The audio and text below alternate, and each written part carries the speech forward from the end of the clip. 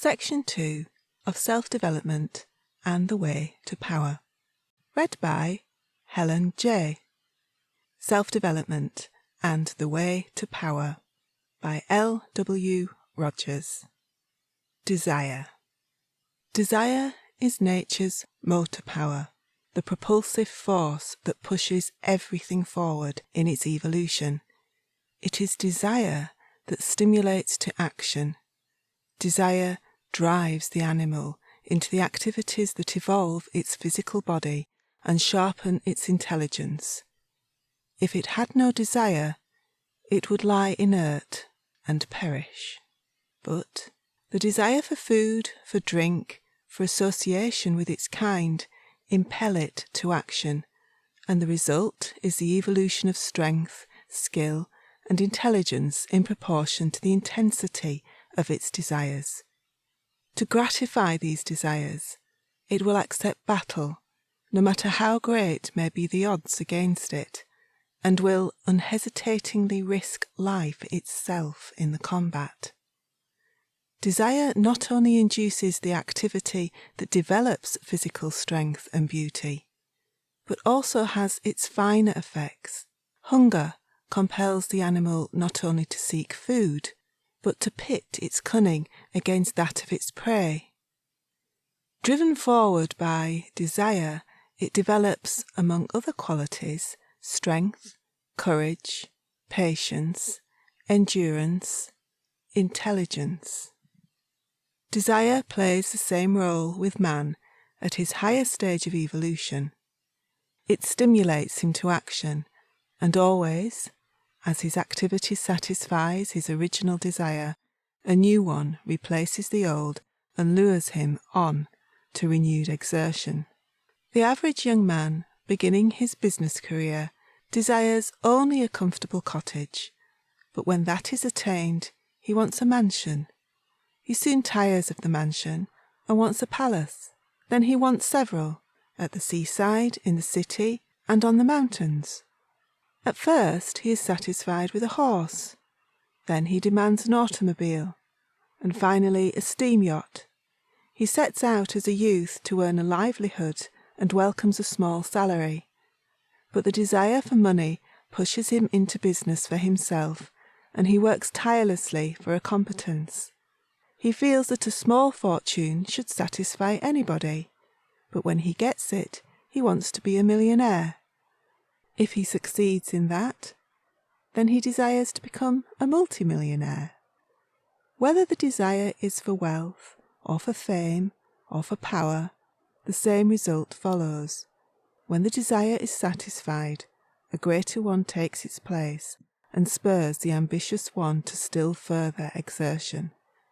He grasps the prize he believes to contain complete satisfaction, only to discover that while he was pursuing it, desire had grown beyond it, and so the goal he would attain is always far ahead of him. Thus are we tricked and apparently mocked by nature until we finally awake to the fact that all the objects of desire, the fine raiment, the jewels, the palaces, the wealth, the power, are but vain and empty things, and that the real reward for all our efforts to secure them is not these objects at all, but the new powers we have evolved in getting them, powers that we did not before possess, and which we should not have evolved but for nature's great propulsive force, desire. The man who accumulates a fortune by many years of persistent effort in organising and developing a business enterprise, by careful planning and deep thinking, may naturally enough look upon the fortune he will possess for the few years before it passes on to others as his reward. But the truth is that it is a very transient and perishable and worthless thing compared to the new powers that were unconsciously evolved in getting it, powers that will be retained by the man and be brought into use in future incarnations. Desire, then, plays a most important role in human evolution. It awakens, stimulates, propels. What wind is to the ship, what steam is to the locomotive, desire is to the human being. It has been written in a great book, Kill Out Desire, and elsewhere it is written, Resist not evil. We may find in similar exalted pronouncements truths that are very useful to disciples, but which might be confusing and misleading to the man of the world if he attempted to literally apply them. Perhaps for the average mortal, kill out desire might be interpreted transmute desire. Without desire, man would be in a death-like and dangerous condition, a condition in which further progress would be impossible.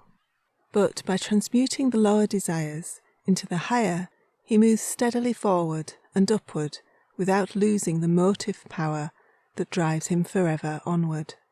To transmute desire, to continually replace the lower with the higher, really is killing desire out, but it is doing it by the slow and safe evolutionary process. As to crushing it suddenly, that is simply impossible, but substitution may work wonders.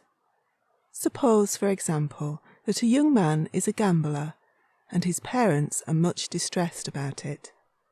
The common and foolish course is to lecture him on the sin of gambling and to tearfully urge him to associate only with very proper young men.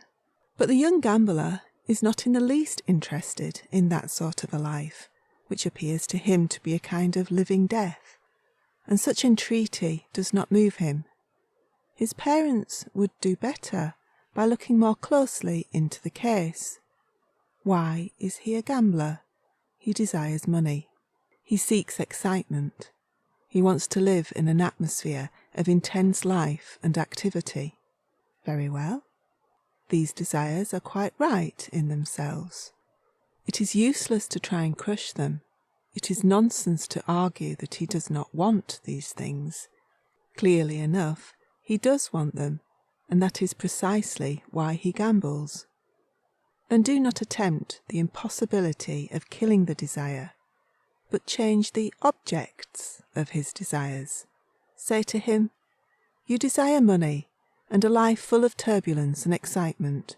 Well, you can get all that in a better and legitimate way and have the respect of your friends besides. You can go into politics. That is a field within the pale of the law, and in it you can have scope for all the energy and activity and intensity of life you long for, with all the element of chance which you find so attractive. And when the young man has had his fling there and tires of it, then something else can be attempted. But to try to crush desire and curb the outrushing life is both foolish and impossible. We can only direct it. There are, of course, certain gross desires that must be gotten rid of by the most direct and least objectionable method. And when one really desires to be free from a given vice or moral weakness and sets earnestly and intelligently about it, his release is not so difficult as the complete tyranny of most vices would lead one to suppose. There is a process by which any of us may be free if we will take the trouble to patiently put it into practice. This method will apply to any desire from which we wish to be released. For example, let us take the person who has a settled desire for alcoholic stimulants, but really wishes to be rid of it forever. Many people who are thus afflicted to the point where they occasionally become intoxicated feel, when they recover their normal condition, that no price would be too great to pay for freedom from this humiliating habit. As a rule, such a man tries to close his eyes to his shame and forget it, promising himself that he will be stronger when the temptation again assails him. But it is just this putting it aside, this casting it out of his mind, that perpetuates his weakness. He instinctively shrinks from dwelling upon the thought of whither he is drifting, so he puts the unpleasant subject aside altogether, and when the inner desire asserts itself again, he finds himself precisely as helpless as before. Now, his certain method of escape from this tyranny of desire is to turn his mind resolutely to an examination of the whole question. Let him look at the facts in the face, however humiliating they may be. He should call his imagination to his assistance. It should be used to picture to himself his future if he does not succeed in breaking up the unfortunate slavery of the desire nature. He should think of the fact that as he grows older, the situation grows worse. He should picture himself as the helpless, repulsive sot, with feeble body and weakening mind, and reflect upon the humiliation he must endure, the poverty he must face, and the physical and mental pain he must bear in the future if he now fails to break the desire ties that bind him. This creates in him a feeling of repulsion towards the cause of it all. And if he continues to think daily upon this hideous picture of what he is slowly drifting toward, if he daily regards it all with a feeling of slight repulsion, then even within a month or two he will find that his desire for drink is slowly fading out. This is as true of all other desires that enslave us. The desire for alcoholic stimulants merely illustrates the principle involved. Any desire from which one wishes to be free may be escaped by the same method. But one who would free himself from the desire nature should not make the mistake of creating a feeling of intense hostility toward the thing he seeks to escape, for hatred is also a tie. He should merrily reach a position of complete indifference. He should think of it not with settled hostility, but with slight repulsion. And if he does that daily, mentally dwelling upon the pain and humiliation it causes, he will find the ties loosening, the desire weakening. Desire is a force that may be beneficial or detrimental according to its use. As we may eradicate a desire, so may we create a desire. How then may one who seeks the highest self-development use desire, this propulsive force of nature, to help himself forward? He should desire spiritual progress most earnestly, for without such desire he cannot succeed. Therefore, if the aspirant does not have the ardent desire for spiritual illumination, he must create it. To accomplish this, let him again call imagination to his assistance. Let him picture himself of having his power for usefulness, many times multiplied by occult development. He should think of himself as possessing the inner sight that enables him to understand the difficulties of others and to comprehend their sorrows.